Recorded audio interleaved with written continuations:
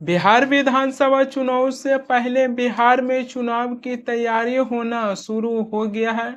चुनाव आयोग की तरफ से तारीख का ऐलान नहीं किया गया है कि बिहार विधानसभा का चुनाव कब होगा, मगर ये जरूर कहा जा रहा है कि नवंबर तक बिहार विधानसभा के चुनाव हैं जो संपन्न हो जाएगा।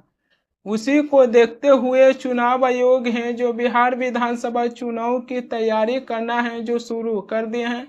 चुनाव आयोग की तरफ से बिहार विधानसभा चुनाव को लेकर एक ऐसी तैयारी किया जा रहा है कि इसमें कई ऐसे मतदाता के नाम वोटर लिस्ट में जोड़ा जाएगा। तो कई ऐसे मतदाता हैं जो बहुत पहले से वोट देते आ रहे थे, जो इस बार के बिहार विधानसभा चुनाव में अपना वोट देने से वंचित रह जाएंगे। दरअसल चुनाव आयोग है जो कुछ ऐसा ही तैयारी कर रहे हैं।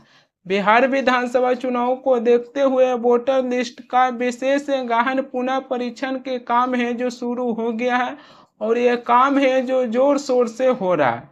दरअसल चुनाव आयोग है जो घर घर जाकर मतदाताओं की सर्वे करेंगे, और इसी के आधार पर कई ऐसे मतदाता के नाम है जो वोटर लिस्ट में जोड़ा जाएगा, और जो फर्जी वोटर्स हैं उनका नाम है जो वोटर लिस्ट से हटा दिया जाएगा। इसी को लेकर सवाल ये भी उठाया जा रहा है कि इस बार के विधानसभा चुनाव में कई ऐसे मतदाता हैं जो अपना वोट नहीं दे पाएंगे। बूथ लेवल अधिकारी BLO द्वारा सभी मतदाताओं की वैध दस्तावेजों की जांच किया जाएगा।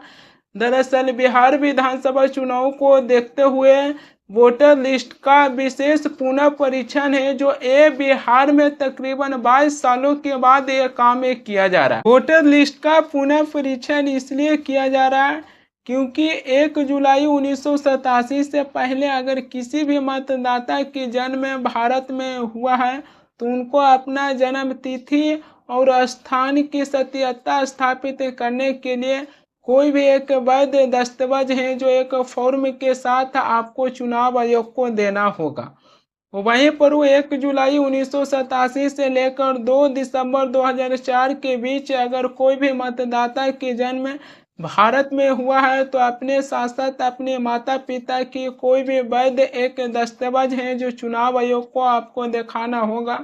वहीं पर 2 दिसंबर 2004 के बाद अगर कोई भी मतदाता की जन्म भारत में हुआ है तो अगर उनकी माता पिता भारत की नहीं है, किसी अलग देश से आकर भारत में शरण लिए हैं, तो उनको अपनी वोटर लिस्ट में नाम जोड़वाने के लिए अपने माता पिता की पासपोर्ट या फिर वीज़ा है जो चुनाव आयोग को देना होगा। अगर इसी चीज़ को मैं थोड़ा आसान शब्दों में कहूँ तो साल 1987 से लेकर साल 2004 के बीच अगर कोई भी मतदाता की जन्म भारत में हुआ है तो वो मतदाता हैं जो वोटर लिस्ट में अपने नाम जोड़वाना चाहते हैं तो अपने माता पिता की जन्म प्रमाण पत्र है जो देना होगा, तभी उनका नाम है जो वोटर लिस्ट में जुड़ेगा।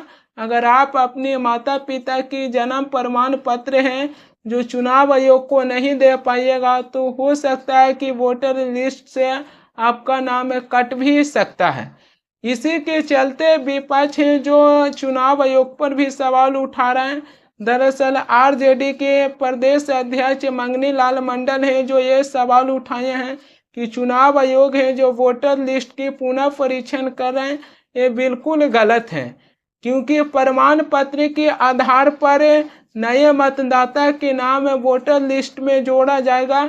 इससे BJP और जदयू को फायदा होगा। चुनाव आयोग की तरफ से वोटर लिस्ट की पुनरीक्षण की अभियान शुरू किया गया है, मगर इसी को लेकर पश्चिम बंगाल के मुख्यमंत्री ममता बनर्जी हैं जो चुनाव आयोग पर गंभीर आरोप लगाए हैं। ममता बनर्जी हैं जो ये कहें कि चुनाव के नाम पर पूरे ही देश में NRC जैसी प्रक्रिया लागू करने की योजना बनाई जा रही है। ममता बनर्जी हैं जो ये भी कहें कि ये देश के लोकतंत्र के लिए खतरा है। दरअसल बिहार समेत 6 राज्यों में चुनाव आयोग है जो विशेष गहन मतदाता सूची है जो पुनरीक्षण अभियान है जो शुरू किए हैं। इसका उद्देश्य यह है कि अवैध विदेशी नागरिक का जिनका वोटर लिस्ट में नाम है उनका नाम वोटर लिस्ट से हटाकर एक नई सटीक वोटर लिस्ट है जो तैयारी करने की योजना बना रहे हैं। बिहार में विधानसभा चुनाव होना, इसी के चलते ये अभियान है जो सबसे पहले बिहार से शुरू किया गया है।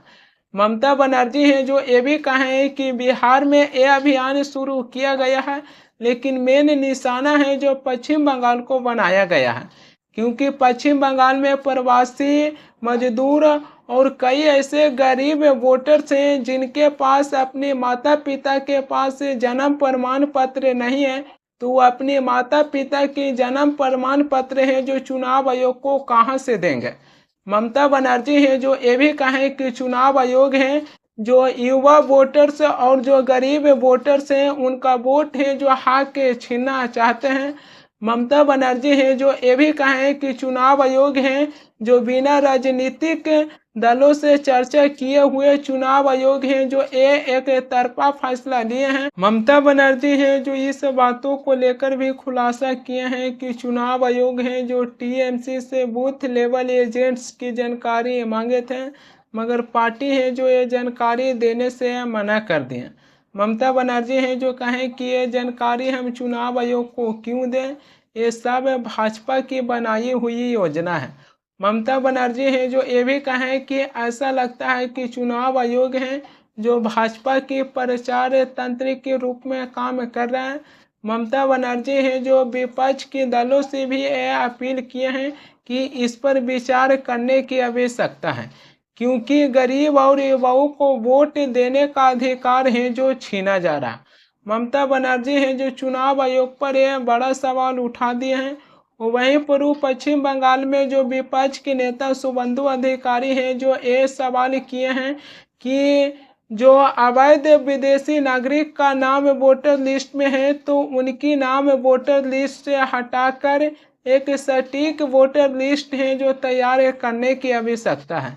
मगर चुनाव आयोग पर जो विपक्ष के नेता सवाल उठा रहे हैं, ये एक बहुत बड़ी सवाल ये खड़ी होती है कि जब चुनाव आता है तो जनता है जो अपनी सरकार चुनते हैं, मगर जनता है जो उस सरकार से उम्मीद नहीं लगाते हैं कि सरकार है जो 5 साल तक हमारे लिए क्या अच्छा काम करेंगे।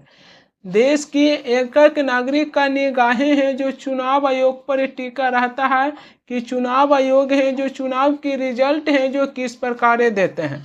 महाराष्ट्र विधानसभा चुनाव के नतीजा आने के बाद लगातार है जो चुनाव आयोग पर सवाल उठ रही है कि महाराष्ट्र में किस प्रकार है जो विपक्ष के नेता के वोटों को चोरी कर लिया गया। राहुल गांधी है जो हमेशा से ये सवाल उठाते आए हैं, तो चुनाव आयोग पर जिस प्रकार सवाल उठ रही है तो ये बहुत बड़ी बात आ जाती है, क्योंकि विपक्ष के नेता केवल चुनाव आयोग पर सवाल उठाते हैं, मगर यहाँ पर देश की एक एक नागरिक और जो जनता अपनी वोट देते हैं उनका भी विश्वास है जो कहीं ना कहीं चुनाव आयोग पर से हट रहा है।